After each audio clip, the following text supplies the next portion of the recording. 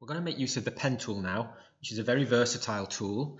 It's useful for having audio fade up and down and for having video fade in and out. So I'm going to show you how to set this up. First of all though, we need to rearrange our workspace because we're still in the graphics workspace from when we added our text. So the way I'm going to change my workspace is just to come up here, and this allows me to have all manner of different workspaces which are just going to bring to the fore different tools that I need at any time. So I'm going to close this panel and it's going to give me a nice arrangement. I might actually just again shift things around to make them suit my screen size, which isn't the biggest here.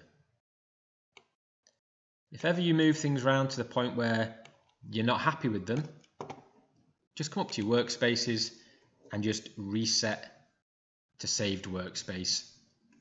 Nothing is lost. Okay, onto the pen tool. So there's two steps we need to do first before we can actually use the pen tool in all its glory. The first thing to do is to come to the timeline display settings over here near this little wrench. And when we click that, we want to turn on video keyframes. You can see that mine is already on, but yours will be off by default. So if you click that on, it's going to give you access to the video keyframes. Now, what are the video keyframes? Well, if we make our video tracks here a little bit fatter, you can see that we've suddenly got access to this grey line. And what this grey line depicts is the transparency of the relevant video. So if I were to hover over the grey line and reduce the transparency of my graphic, let's see what happens to it when I let go. Well, the transparency dips by about half, all the way down to invisible, and then all the way back up to fully visible. This is true of any video we click on. So if I were to click on the video of the corridor that's in the background and pop the transparency down, what we've got is the black background starting to come through.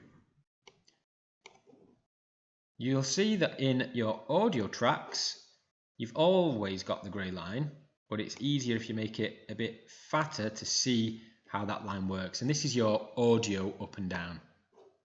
So how then to use the pen tool? Well, the pen tool is over here, and we can hit P on the keyboard and you'll see that the cursor changes to a little fountain pen.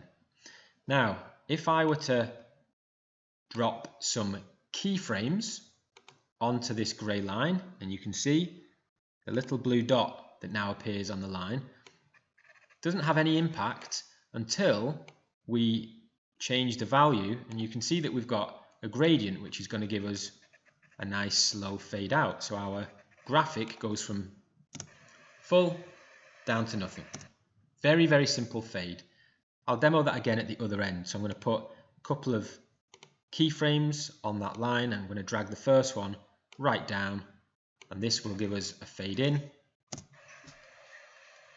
before it fades out. And then very quickly, just to demonstrate, the same is true of the audio. If we want to fade the audio out, now it might not have much of an impact here because there isn't much audio. However, the audio fades out.